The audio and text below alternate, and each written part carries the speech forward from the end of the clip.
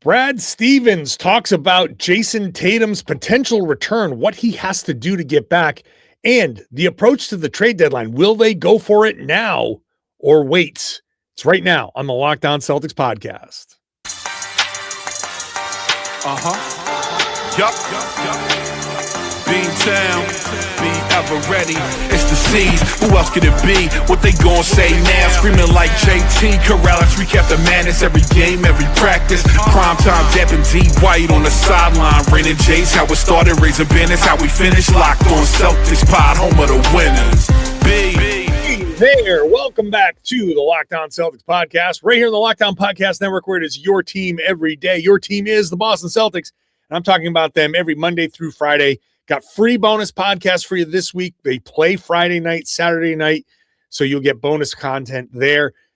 This show is free and available everywhere, so subscribe wherever you get your podcasts. It's the number one Celtics podcast on the number one podcast network. If you're new to the show, I'm John Karalis, beat writer for Boston Sports Journal. I've been doing a version of this job for about 20 years. I've been doing this podcast for 10, and I've written a couple of books about this team. Today's show is all about Brad Stevens. He talked to the media on Wednesday, and I was there. I asked him a few questions. You'll hear everything that Brad had to say on these topics.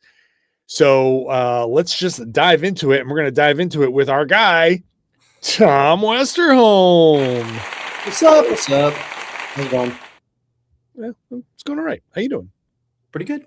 We're bringing the energy today. Yeah. Slap. Let's go. All right, that's gonna make for an interesting thumbnail. Later on, we're gonna talk about the trade deadline. The trade deadline is like two different topics because it's the approach to the trade deadline, which he says some interesting things, but then also going for it now. Celtics surprising a bunch of people. Do they make a run for it now or hold off? All of that's coming up in the second and third segments. But Jayson Tatum's return was like the second question asked, and he had a couple of answers about this.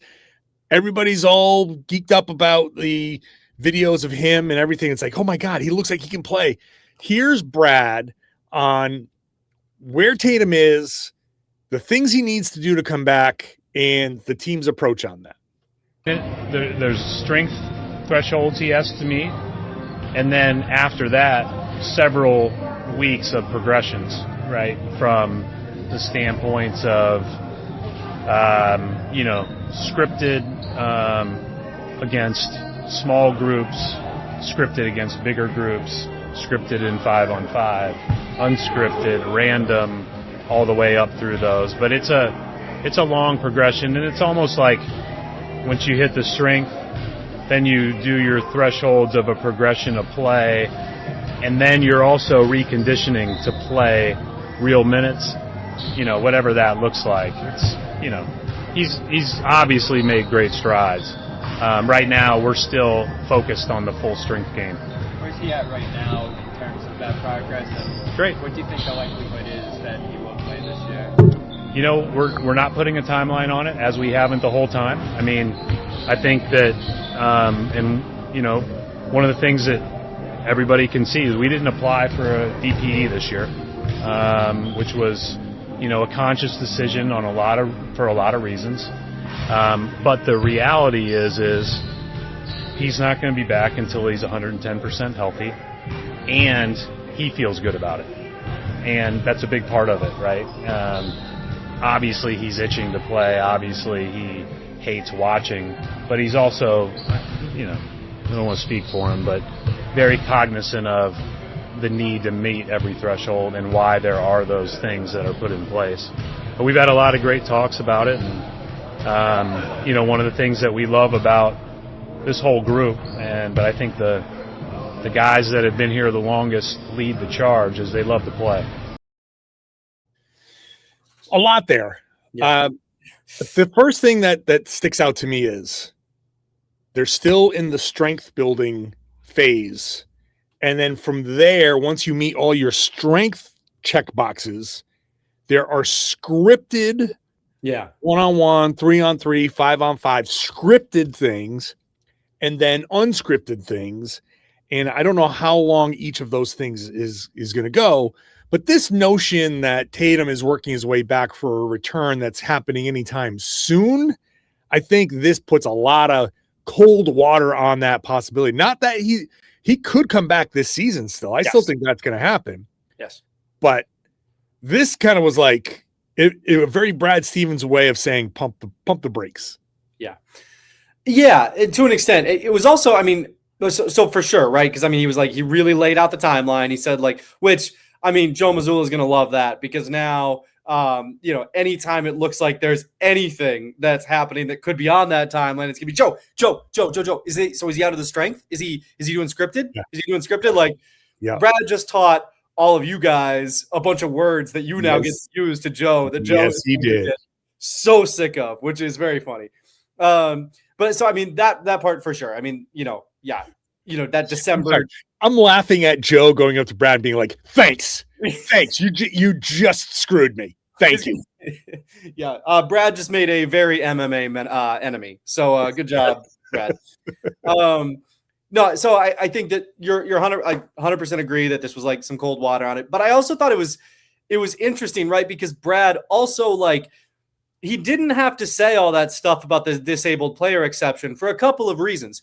One, the disabled player exception does not prevent Tatum from coming back, right? So it's like he said okay, this is, he kind of admitted hey, people could read the tea leaves here and, but also there was just no reason to bring that up except to sort of hint at yeah, he might be coming back this year. Right. To kind of give that little bit of a hint. So he did throw some cold water on it, but he also really left some breadcrumbs for the you're probably going to see this guy this season crowd. It definitely felt that way. The 110% healthy and he feels good about it is another part that stuck out to me. It's obviously they're going to have their own team doctor opinion. They're going to have the surgeon that did the surgery opinion for sure. They may go with a blind opinion and say, here's another expert. Here, somebody, get this opinion to him and you tell me without knowing who it is. What's your assessment? You know what I mean? Yeah. And so you get all of those opinions and then, okay, he's ready. How do you feel mentally? I've always talked about the mental kind of hurdle of, do you feel comfortable? And that's probably why you do the scripted, unscripted, all of that stuff. Go out there. Do you feel good? Do you think you're ready? The body could be fully healthy. If the mind says I'm not ready, then you're not ready. You're not 100%. So that has to be both of those things. But yeah, he wants to play. He's itching to play. Everything is pointing to we're checking off boxes here. And so I agree with you. Making sure that you mention, hey, we didn't apply for the DPE this year. No one asked him about that. No. It's funny, Brad, when he says things and what he doesn't say, you're like, everything is very pointed. It's very direct. It's not, he doesn't just be like, man, I screwed up. It's very rare that he just screws up. Whoops. He says things for a reason. So yeah, I agree. So I said March from the beginning. I think March still feels good because we just crossed 7 months post-surgery. January is 8 months. I think that's still a little on the early side, but now we're in the wheelhouse. That's when his family was like, I think his dad said when he first suffered the injury, this is an 8-month thing. So January starts like so are we checking boxes? Where are we on the scripted, unscripted stuff? Yeah. And so I think that February to March timeline still feels very, very much where I would expect him to come back. Yeah, I think that's right. I'm with you that, it's interesting that he kind of hammered the, when Tatum feels comfortable, right? Because I think, Brad, he said, okay, when Tatum feels comfortable, and he also said, okay, when, but he also said that Tatum's itching to come back. Those two things in tandem, I think, are I don't know. It's interesting to consider those two things, right? Because Tatum, he's not going to make bad decisions, I guess is what I'm trying to say. Tatum is also going to make smart, educated decisions about this. He's he's raring to come back. He wants to come back. He hates to be sitting out. But also, like, I think the good news is that, like, Tatum does have a good head on his shoulders, and it's kind of like, okay, I need to wait as long as I need to wait. And you have been saying this, I agree completely. Like, there's no point in holding him out if he's 100%. That's right. Mentally and physically. There's no point. Put him in if he's 100% mentally and physically ready. And I think the good thing about Jayson Tatum is that he's a smart guy. He's a thoughtful guy who's going to consider, like, okay, am I really 100% ready? I'm not going to just, like, force myself back because I have some deadline that I feel like I need to make. I'm coming back when I'm ready. I'll wrap this up by saying this. Jayson Tatum doesn't want to go through this again. No. So as much as he's itching to play, he doesn't want to go through this rehab again. No. He doesn't want to do this again. Like, why would anybody believe that it's like, okay, I've gotten 95% of the way back. Let me just throw away another year of my career for an increased chance of re-injuring this because I'm not 100%. Like, no, he in gets a season where conference finals would be like a wild overachievement. Like, especially like this is not the season to push it. Like, people want to just say, he's going to push it. He's going to try to come back. Blah, blah, blah. He does not want to do this again. Nobody wants him to do this again. Brad Stevens doesn't want to do this again. So this notion that the team or the player is going to go out there and have gone through all of this and get to the very end and at that point be like, all right, we're going to cut a corner. No, he is their reason for being in contention, which means money coming into the team, which means money that for potentially the owner, the raises for everybody, like extended contracts. There's a lot of reason to be like extra cautious with Jayson Tatum. So he is not going to waste another year of his prime rehabbing something. He's only going to come back when he's 100% fully ready. So that should just ease everybody's fears. Yes.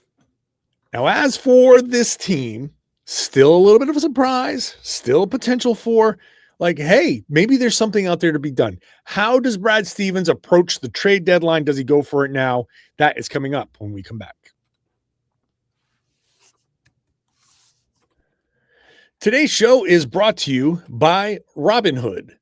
No one knows your money goals better than you. Robinhood puts you in control of your money with tools that work as hard as you do, locking in on every opening, beating your PR, beating it again. Channel that drive into your money. Robinhood puts you in control of your money. Trade stocks and ETFs, options, futures, and crypto all on one platform. You can now build and execute your own trades from a desktop with Robinhood Legends advanced tools, or take advantage of the new Robinhood strategies with a tailored portfolio managed by a team of experts. You expect more from yourself. Expect more from your money. Get started today at Robinhood.com/yourmoney. Again, that's Robinhood.com/yourmoney. Your money, your move. Today's show is also brought to you by Gusto. Let's be real. No one starts a business for the joy of calculating tax withholdings or managing payroll spreadsheets. That's where Gusto comes in. They take the stress out of payroll, benefits, and HR so you can focus on running your business and supporting your team. Gusto is the all-in-one remote-friendly payroll and HR platform that makes managing your team simple, transparent, and fast.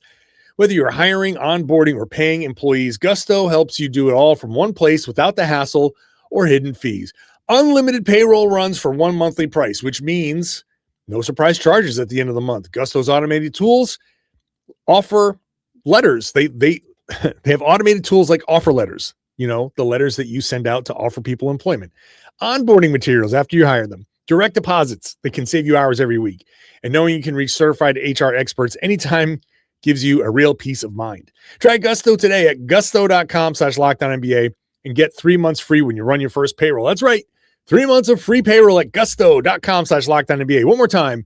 That's gusto.com/LockedOnNBA. Thank you for making Locked On Celtics your first listen every day. Now let's take it to the next level.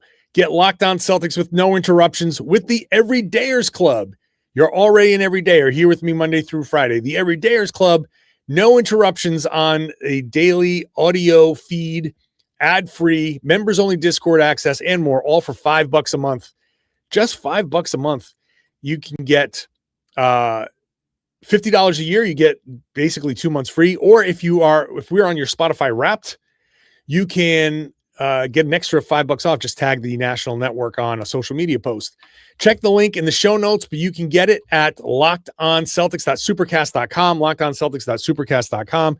All of them are at lockedonpodcast.com/everydayer. Join the Everydayers Club, and let's, take it up to the next level. Celtics are trying to take it to the next level this year, potentially, at the trade deadline. Whoops. I'm sure Tom was complimenting me there when he was muted. I actually was. I said, what a transition. There you go. Well, how? So there you go. We're heading to the trade deadline in a couple months. We just opened up. We had the podcast earlier this week with Keith Smith, kind of setting things up. We're in trade season now. Brad was asked about his approach to the trade deadline. Here's what he had to say. Everybody, or a lot of teams, are really still very much in, let's see how everything looks as time moves on, right? I think, everybody's a work in progress. What's the difference between 3rd and 9th in the East right now? There's hardly anything, right? And I think that we're all still trying to figure out who we are and what we can be. We will not put a ceiling on this group. If it makes sense for us to look for things that can help us, we certainly will. But it all has to be within good deals, and it all has to be within the ultimate goal, which is the North Star of retooling so we're in a position to compete for what we want to compete for. The North Star. He's been saying that a lot. The championship, the North Star. To answer his question, the difference between 3 and 9 is 1.5 games. The difference between 3 and 8 is 1. Miami Heat are 14 and 12. And then there's the Milwaukee Bucks at 11 and 16. So there are two things that make this difficult. All of these teams are still in the play-in, and there is still you look at the teams at the bottom. Washington is tanking. They're not exactly looking to get any better. Indiana is a different story, but they're down there. Brooklyn, Charlotte, these are teams that are just like, let's just go for it. In a loaded draft, they're not looking to make many moves. And then the teams in the play-in, well, hey, you get a chance here. And even if you're Milwaukee and you're like, let's figure this out. Let's kind of hang around. And if we can get it together, we got Giannis, we can make a run, blah, blah, blah. It does make things a lot more difficult now that December 15th has come. A lot of these guys can be traded, the guys who signed over the summer, but who's sitting there going like, I'm done with, we know who we are. Which teams in the East know who they are? Detroit, New York. Then teams even Detroit's funny because it's like Detroit knows who they are, but like they just met. You know what I mean? It's like they know who they are, but like, it's a little more amorphous. And they're the team that everybody's looking at. It's like, boy, you are the candidate for a consolidation trade. And so you have a lot of different things in this mix. You have that scenario. You have the Bucks with Giannis. Who knows what's going on there? You have an Atlanta Hawks kind of up in the air. You have teams in the West there. There's a lot here that makes. I know we're looking at trade season, but I agree with Bradley. There is no certainty here that I don't know how you get anything together. And on top of that, Tom, you can't do 1-for-1 deals. You can't just call up Detroit and be like, let's do a deal. The second apron, the apron era, it just makes it so hard to match contracts that everything's a 3 and 14 trade now. So on top of the situation, the scenario being kind of like, we don't know how it's going to go. When you do say, okay, all right, Bucks say, okay, let's say, all right, we're going to move Giannis. Well, how do you move a $60 million contract in today's NBA? You can't. It's hard. You got to get multiple teams involved, and that makes it infinitely more difficult. Yeah, I don't think Brad, we just talked about how intentional Brad is, and I don't think this is actually what he was doing, but I enjoyed him saying, like, we're not going to put a ceiling on this group. And it's like, well, you used ceiling. That's a good word. And you used we. That is also a good word. However, the NBA is going to put an apron on you, which is basically the same thing as a ceiling being put on you here. I think Brad is, I think that and we're going to get to this in a minute here. I think he did everything that he could to say, we would like to make, like, I also know some things about basketball, and I see that this is a flawed roster. I do not think that I've put together I don't think that I don't think that I am on my way perfectly straight to my North Star with this current roster. I also see that, but it is going to be really hard, right? This is going to be a really complicated trade season. I mean, on paper, there should be a really easy way to do this, right? Just like, okay, let's find somebody who's a little bit cheaper than Anfernee Simons, attach a pick to Anfernee Simons. Like, let's find a center who's a little bit cheaper than Anfernee Simons, attach a pick to Anfernee Simons, and go get that center. On paper, that should be super easy, but like that's not the NBA that we watch anymore. It's a very different game now. I'll do another cooking analogy since I'm it's kind of like my thing. It's almost like KG. KG was big with the cooking analogy. Yeah. Brad, you're comparing yourself to KG. I appreciate that. Yeah. Very often confused for one another. Yes. Brad basically took a bunch of stuff in the fridge and it was like, you go to the supermarket and you get like the $2 off if you buy it today. Like, it's ready to expire. And you're like, all right, well, I'll just take that and I'll just take this and I'll just take some of this, all this stuff that's ready to expire. And I'm just going to throw it in a pot. And he just threw it in there. He's like, I don't know. This is probably going to suck. And all of a sudden you're like tasting, you're like, oh, this is not bad. It's not bad. It's missing a couple of things. It's missing something, but it's not bad.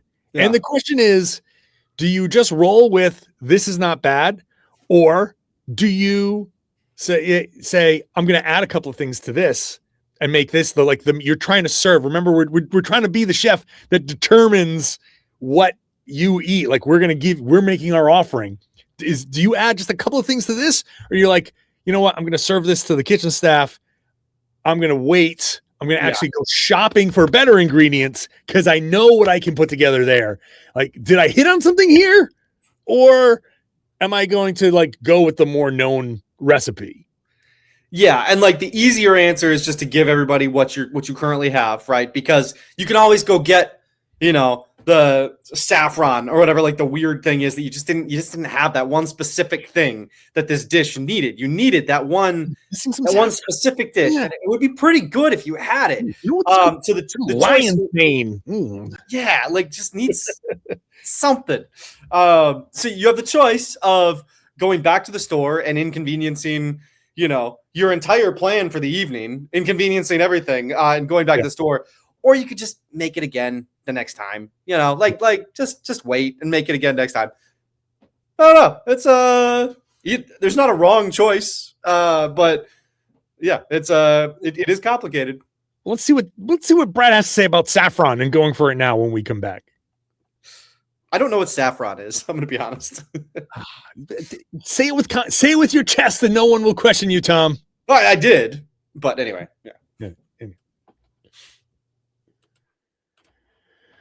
Today's show is brought to you by Rocket Money. Ever feel like your money just disappears each month? Happens fast. A few subscriptions here, an impulse buy there, and suddenly the numbers in your bank account don't match the numbers in your head. Rocket Money helps you get clarity, track every dollar, and stay in control of your finances, because managing your money shouldn't feel like a second job. Rocket Money does the heavy lifting for you so you can save more and stress less. You can choose Rocket Money because they find you subscriptions that you forgot you were paying for. It helps you clean them up quickly. Rocket Money automatically builds budgets based on past spending. It keeps you on track without overthinking it. The bill alerts and spending notifications help you catch small things before they turn into big expenses.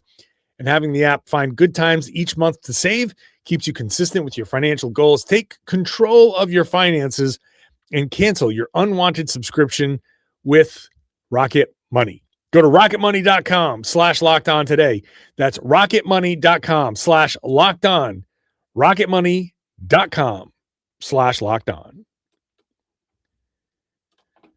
Thank you for making Locked On Celtics your first listen every day. Thank you for being an everydayer on the #1 sports podcast network. Here, it's the Locked On Celtics #1 Celtics podcast. Locked On Podcast Network is the #1 sports podcast network. It was really impressive. And it's all because of you, the everydayers who are choosing to listen Monday through Friday, plus the bonus podcast on the weekends.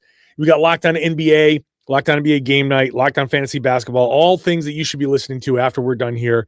Check them out, or check out Locked On Heat, because the Celtics are playing the Heat coming up. Get their take on what's going on.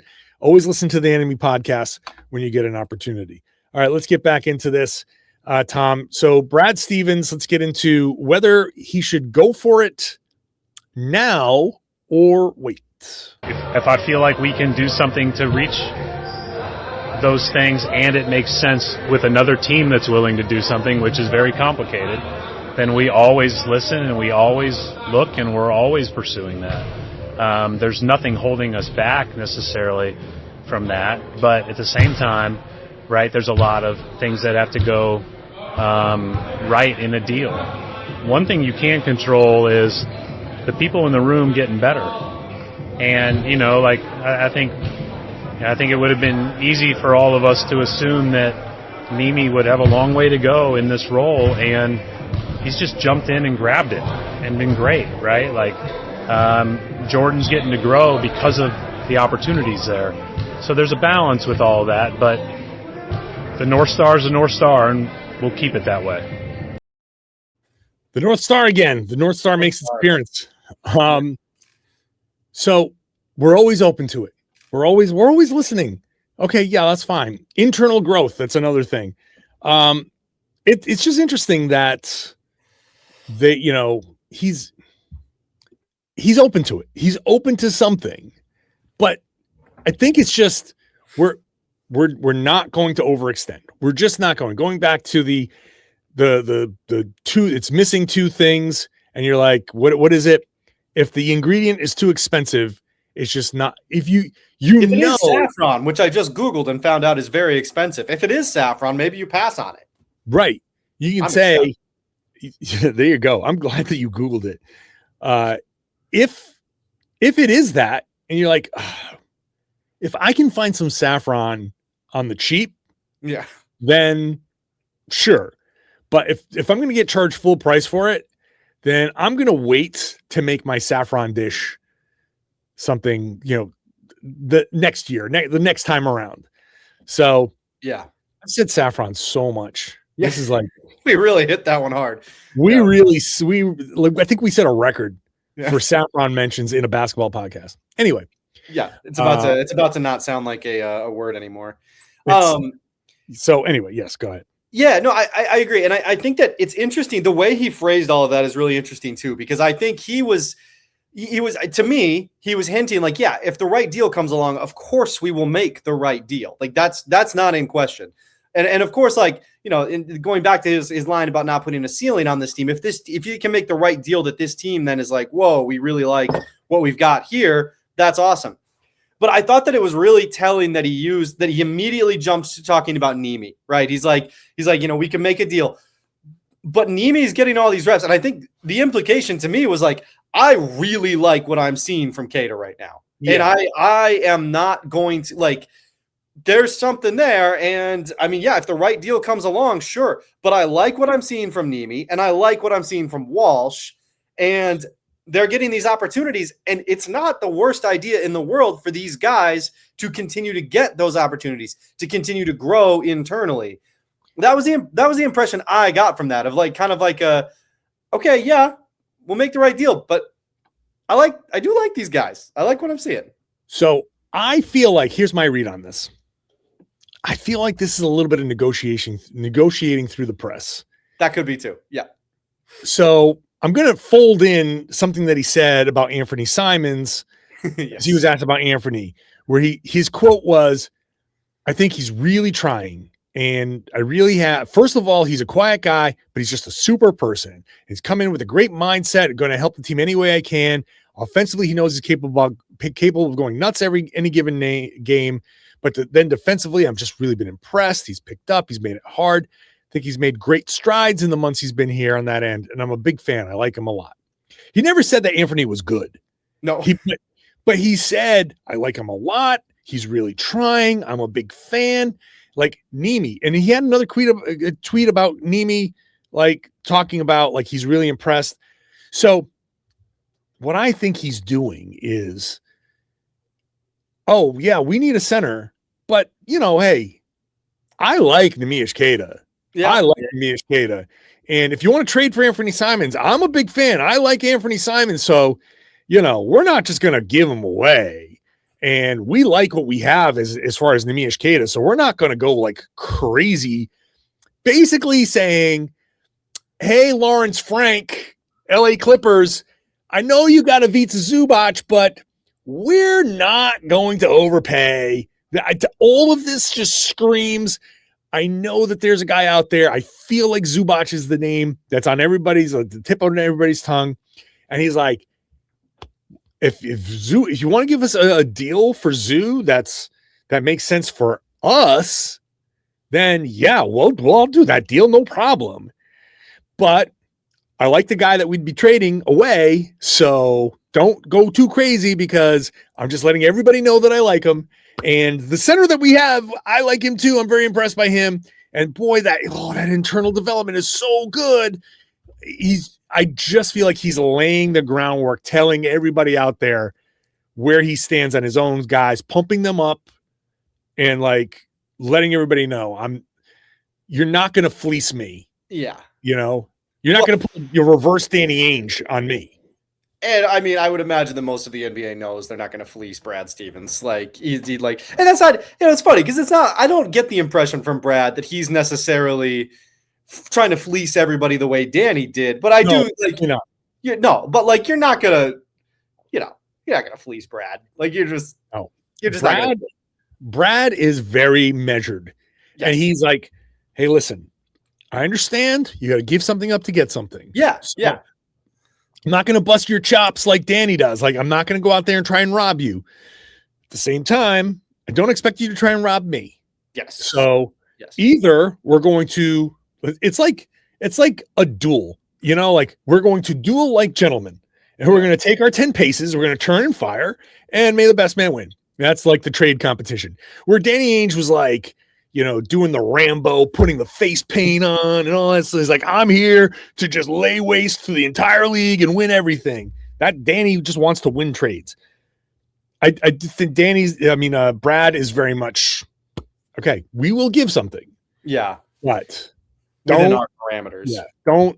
Don't insult me, sir, with your offers because I am not falling for that stuff.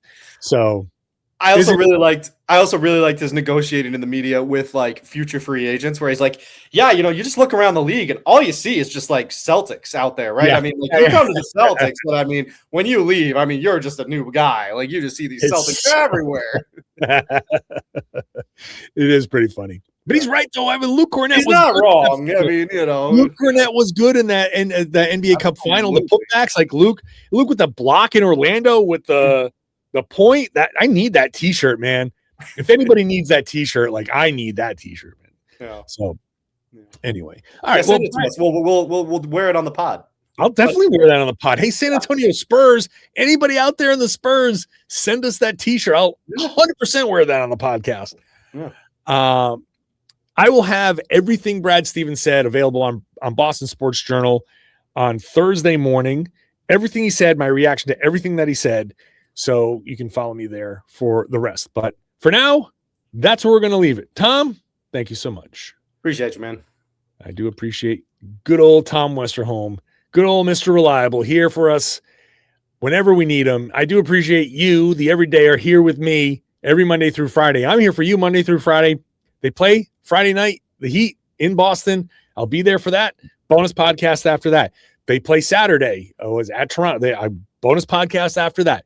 You got 7 podcasts, and then we flow right into next week where they have another Friday. So it'll be 13 podcasts in a row from me. So make sure you're subscribed. They're all free. If you want to go ad-free, you can pay $5 a month or $50 a year to get them in the Everydayers Club. Plus, you get access to our exclusive Discord server merchandise stuff, all that stuff that is available at LockedOnCeltics.supercast.com. If we're in your Spotify Wrapped, share it on social media, tag the Locked On Podcast Network. You'll get a coupon for a free month, $5 off. So it's $5 a month, $50 for the year. Do that to join the Everydayers Club. And then share the podcast. Tell everybody they should be listening to and watching the Locked On Celtics podcast here on the Locked On Podcast Network. It's your team every day.